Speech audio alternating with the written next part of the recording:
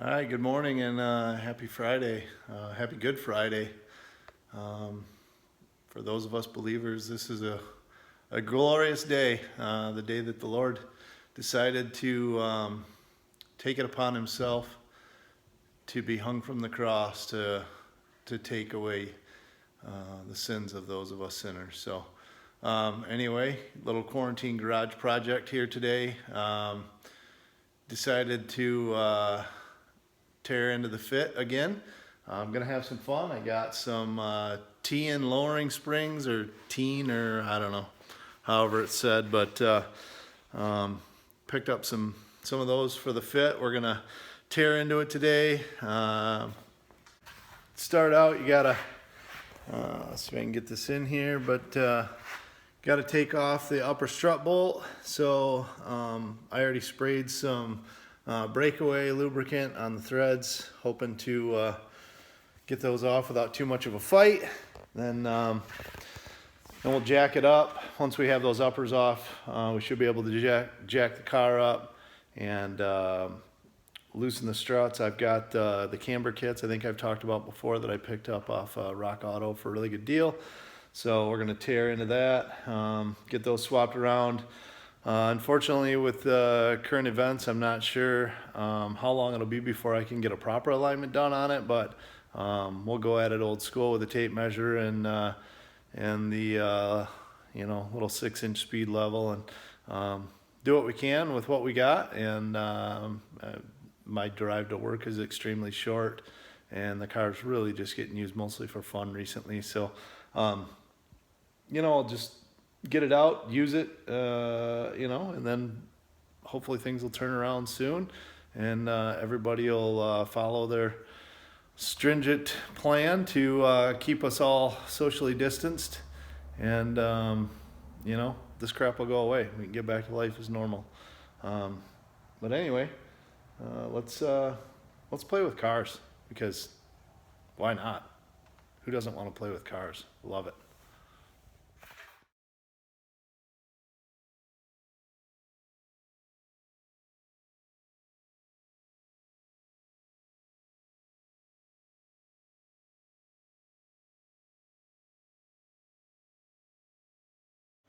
Anyway, so I got that apart and got the other springs out, and I was reading the instructions there a little bit, just seeing if there's any bump stop trimming that needs to be done. As they're saying, no trimming of the bump stop. So just take the spring, lock it into the this upper coil bracket perch thing, I guess, whatever this thing is, and get it twisted around into position here, locked into place, and we'll go ahead and get putting stuff back together, and hopefully it won't go too bad. Then we can move on to the rear.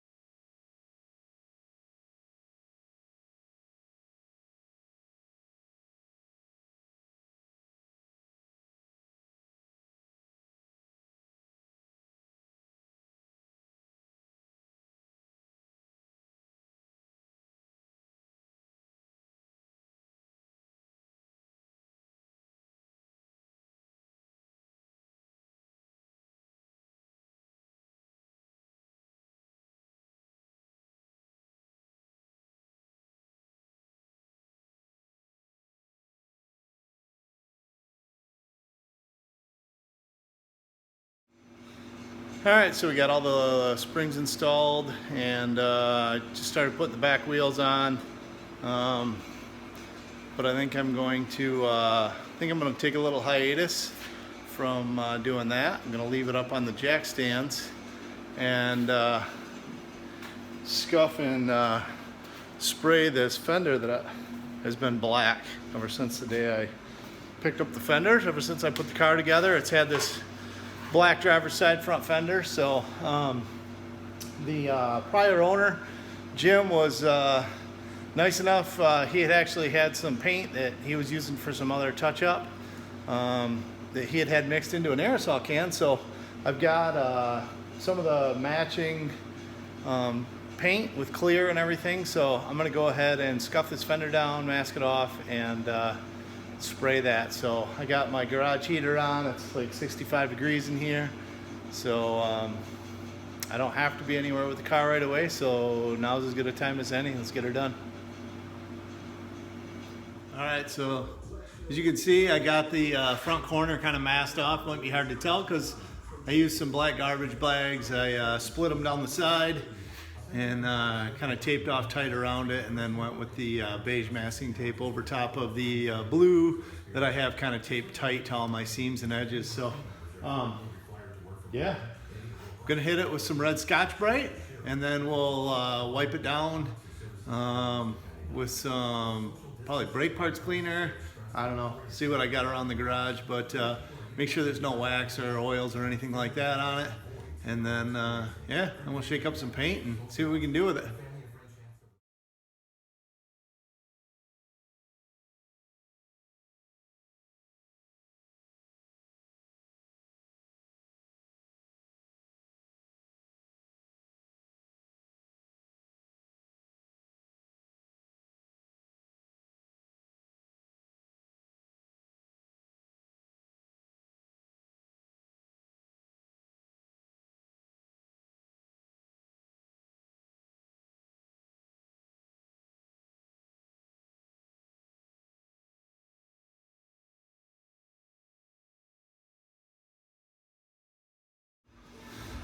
All right, so we got the color on it. I gave it 3 coats.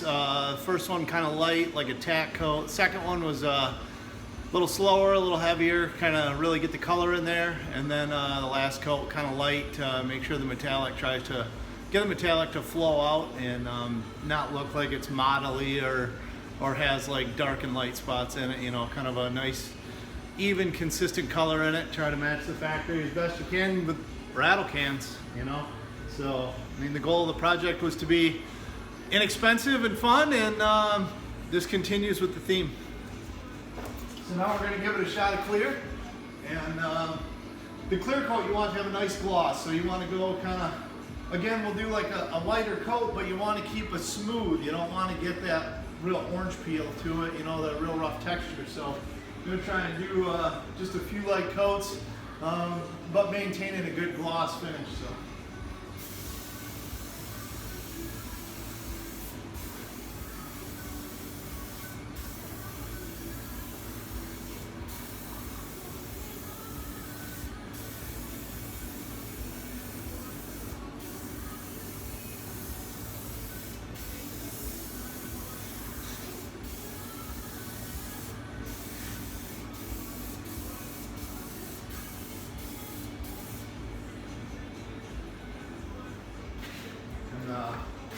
The gloss really makes the metallic pop, you know. So I mean, it's kind of hard to tell in here with the garage lighting and whatnot, but yeah.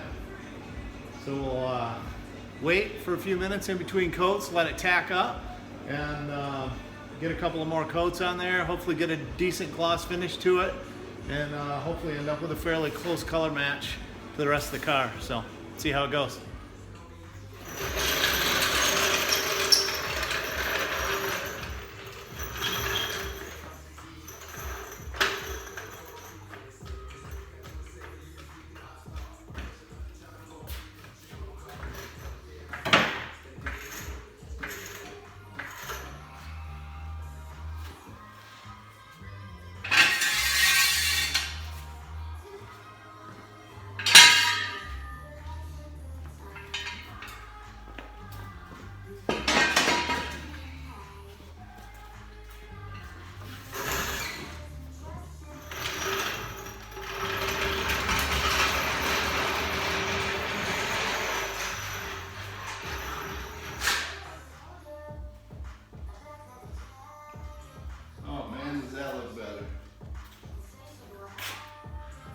I like it. Let's see what you guys think here. The color didn't turn out quite the way I had hoped on the fender. It's I mean, it's obviously darker. You can even see it in this light. So, but whatever. I mean, for the sub $2,000 I have into the entire car, even with today's modifications, I mean, you got to kind of turn off the cares at some point, right? But hold on, just a second, I'm gonna flip this camera. But yeah, the new stance. I mean, I haven't even rolled the car front to back or taken it out of gear or anything, and I am extremely happy. Extremely happy with the lack of wheel gap between the tire and the fender. It definitely brought it down. So next will be a little driving impressions. Maybe we'll lock the camera back to the old dashboard like we did before and go for a cruise. Anyway, so we're off for a little bit of a cruise here, and see how it goes. But just taking my little local back roads cruise. So yeah, you can feel the bumps a little bit more, maybe a tiny bit. Nothing dramatic. It's not spine jarring or anything by any means. So I mean, the car definitely feels a lot more responsive in the turns with the Progress sway bar and the 17-inch wheel with the, you know, the 300 tread wear rating Nexen tires that I put on it, thin sidewall, and then now these Tein springs. So yeah, the fun per dollar factor is very high. So the car feels great. Just like I remember playing with Hondas, like every little thing you do to these cars just makes them that much better.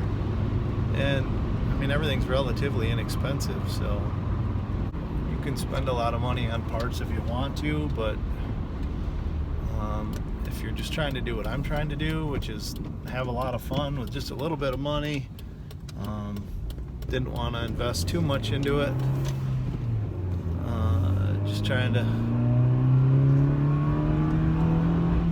make a toy out of very few dollars. This thing is pretty good. So yeah, oh yeah, man, this is a riot.